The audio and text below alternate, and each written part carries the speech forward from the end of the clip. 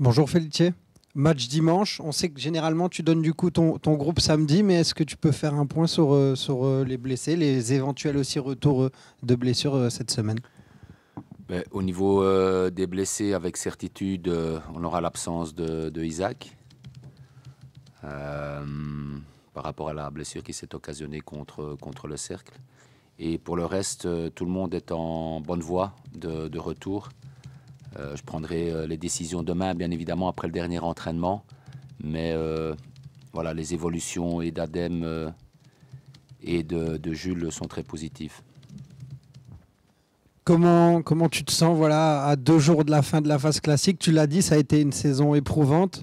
On t'imagine aussi pleinement concentré sur la rencontre à Gand. Comment tu vois ce match? Il y aura beaucoup de tension encore. Ben, ça a été et ça l'est toujours, hein. La saison, elle est pas terminée, elle n'est pas derrière nous.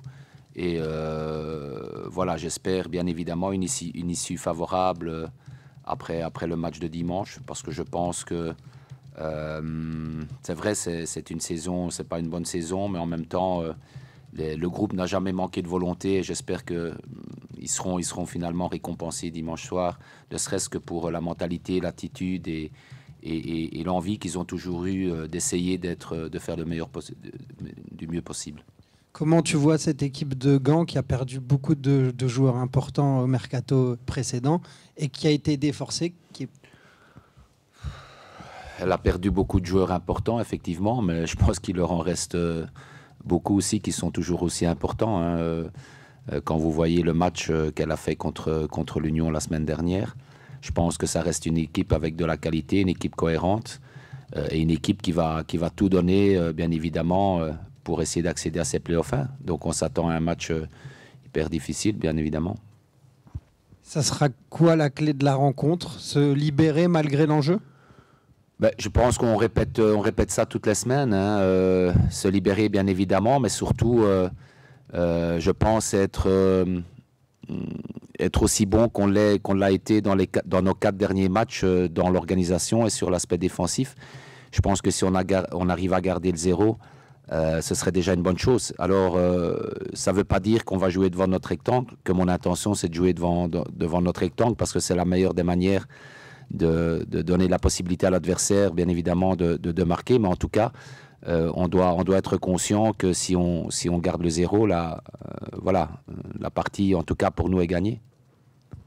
Il faudra aussi avoir les oreilles à Malines. Le fait que le fait que Malines joue encore quelque chose, c'est important, j'imagine aussi, parce que sinon, il y aurait pu avoir des craintes d'un Malines démobilisé face à Louvain. Bien évidemment, c'est important que Malines joue ce match pour accéder au play-off 1. On sait tous que si Malines gagne, ils accéderont au play-off 1.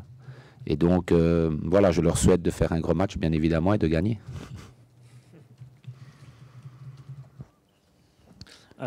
Est-ce que tu ne crains pas un petit risque de décompression vu les deux bons résultats ici et le fait que vous ayez déjà 9 orteils, on va dire, en Europe Playoff?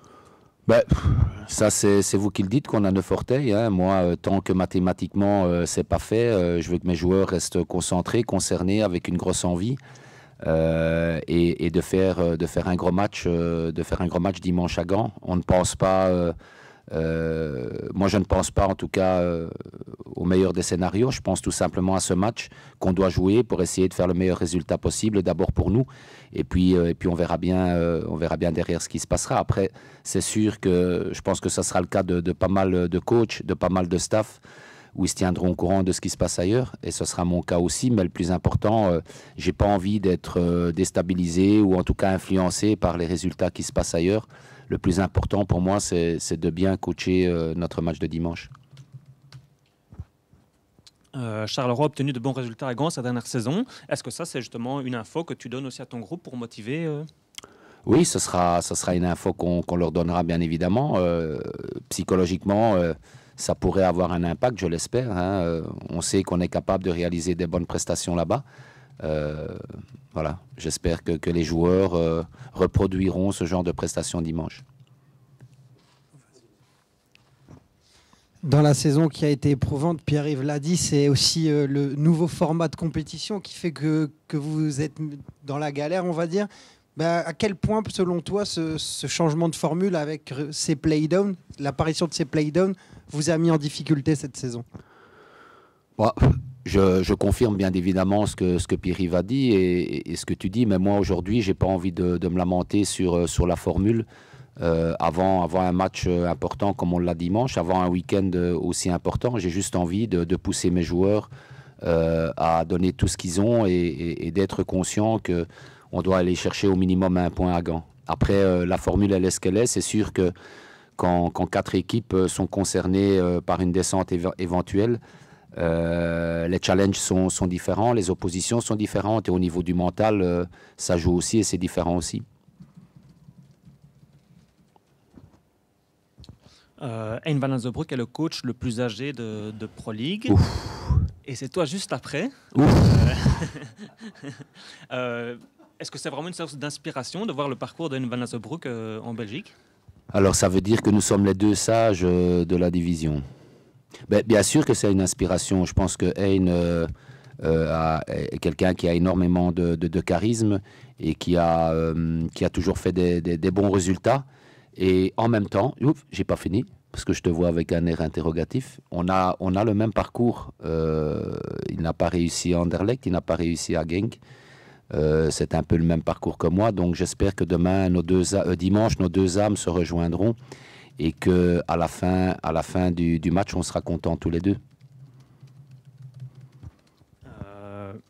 Tu disais qu'il avait toujours très souvent eu de bons résultats. Pourtant, ce qui est quand même un peu bizarre, on va dire, ou inhabituel, c'est qu'il a à peu près toujours la même philosophie, toujours le même système de jeu. Il y a rarement des surprises, et pourtant, c'est quand même, il a toujours une équipe très, très, très costaude.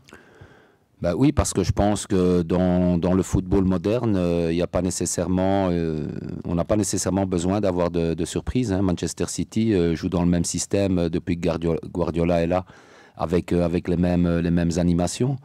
À l'Atlético Madrid, c'est la même chose et il continue à faire des résultats.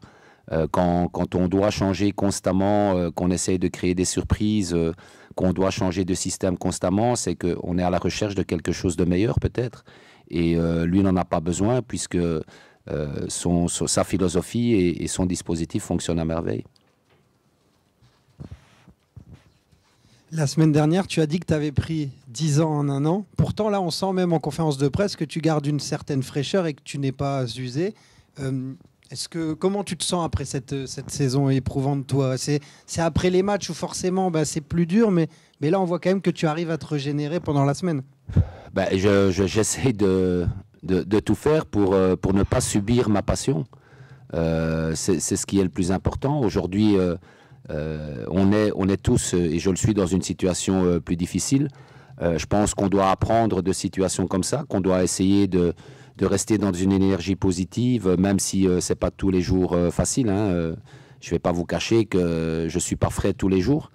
Mais après, mon objectif et mon rôle, c'est de mettre la passion avant tout et d'essayer d'aider les joueurs et d'aider le club à faire du mieux possible. Et aujourd'hui, je suis toujours dans cette énergie positive, même si la situation est difficile. Après, une saison comme celle qu'on vit et que je vis cette année-ci, certains me diront peut-être dimanche soir, c'est une saison à oublier. Moi, je ne l'oublierai pas. Je ne l'oublierai pas parce que ça m'apporte beaucoup de choses et j'espère pouvoir en dire plus dimanche soir dans un moment un peu plus positif. Mais c'est une saison qui apporte énormément.